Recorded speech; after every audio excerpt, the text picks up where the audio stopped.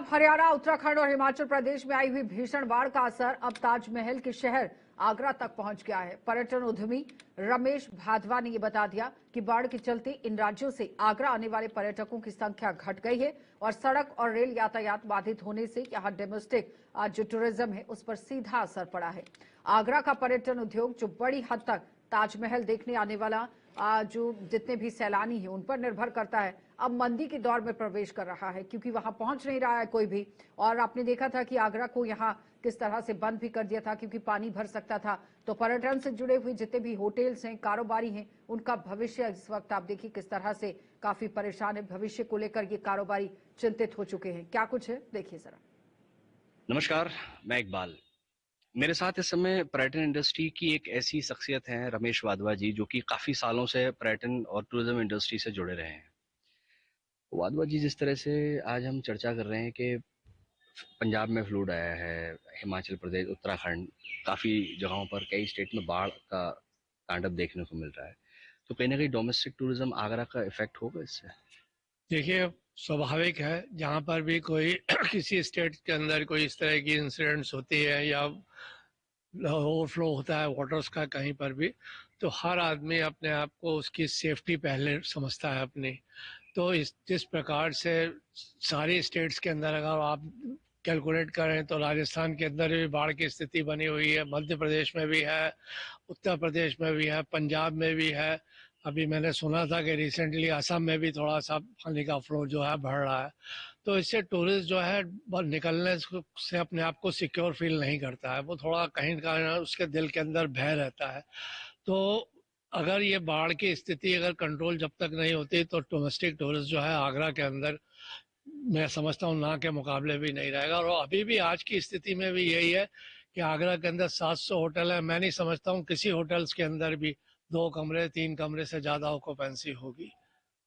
अगर मैं बात करूं, जिस तरह से आपने बताया ऑक्यूपेंसी आज की डेट में होटल्स में नहीं है, बाढ़ की भी स्थिति के डोमेस्टिक टूरिज्म भी से भी काफ़ी दिक्कतों का सामना कर रहा है आगरा शहर। और जैसे टैरिफ वाला जो है, यूएस की अगर मैं बात करूं तो अमेरिकन टूरिस्ट भी इस टाइम, क्योंकि अभी सितंबर से आगरा का सीजन स्टार्ट होता है, अक्टूबर से स्टार्ट हो जाता है सीजन। तो आपको क्या लग रहा है ये सीजन इस बार कैसा जाएगा? चाहे मैं डोमेस्टिक टूरिज्म हो वो बाढ़ की वजह से प्रभावित है, टैरिफ की वजह से आपको लगता है इंटरनेशनल टूरिज्म भी प्रभावित होगा? देखिए, इंटरनेशनल टूरिज्म में मैं नहीं समझता कि बहुत ज़्यादा इफेक्ट पड़ेगा, क्योंकि सितंबर से ऑनवर्ड्स बुकिंग्स आना अभी से शुरू हो गई हैं कि यूरोपियन कंट्रीज़ की बुकिंग काफ़ी सारी क्वायरीज अभी से शुरू हो गई है। और अमेरिकन टूरिस्ट का फ्लो ज़्यादा वैसे भी नहीं रहता है इंडिया के अंदर। और जहाँ तक टैरिफ की बात है, टैरिफ से बट नेचुरल है कि इफेक्ट तो थोड़ा बहुत पड़ेगा ही, जो कि एक्सपोर्ट्स करते हैं अमेरिका वगैरह के अंदर वो भी एक इसका इफेक्ट पड़ सकता है। पर अमेरिकन टूरिस्ट का इंडिया में ट्रैवल करना उनके ऊपर कोई ऐसा असर नहीं पड़ेगा। जब वो ट्रैवल कर रहे हैं तो उनके ऊपर कोई टैरिफ का प्रभाव नहीं पड़ेगा।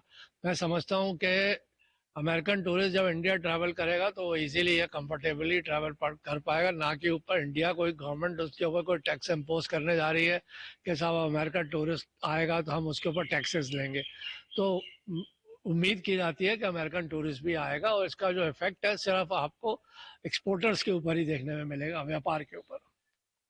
सरकार से कोई अपील डोमेस्टिक टूरिज्म को लेके, खासकर आगरा के लिए, क्योंकि आगरा एक पर्यटन नगरी है और मुझे लगता है कि टूरिज्म के अलावा या तो शूज़ का यहाँ पर बिजनेस है, शूज़ के जूते के अलावा, और पर्यटन के अलावा और क्या है? क्या कोई ऐसी मांग करना चाहिए?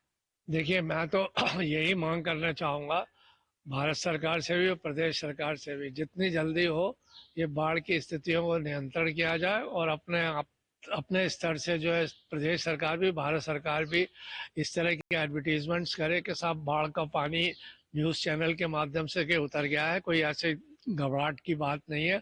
और ये भी जो जमुना के किनारे जो आगरा है, आगरा जमुना के किनारे बसा जरूर है पर टूरिज्म ट्रेड जो है वो जमुना के किनारे से काफ़ी दूर है। सिर्फ एक ताजमहल ही जमुना को टच करता है, उसका भी इफेक्ट उस ताजमहल के ऊपर नहीं पड़ेगा।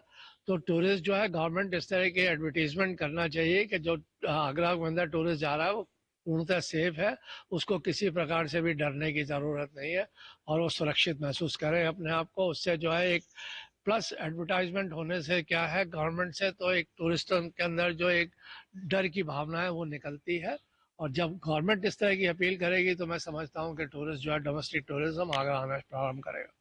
चलिए, रमेश वाधवा जी थे जिनका साफ तौर पर कहना है कि सरकार को कहीं ना कहीं विचार करना चाहिए और उम्मीद है कि जो फ्लूट जहां जहां आया है वहां पर बाढ़ का प्रभाव कम हो, जिस तरह से डोमेस्टिक टूरिज्म है वो आगरा का दोबारा से अपनी राह पकड़ सके। जेके न्यूज़ 24/7 के लिए आगरा से इकबाल खान।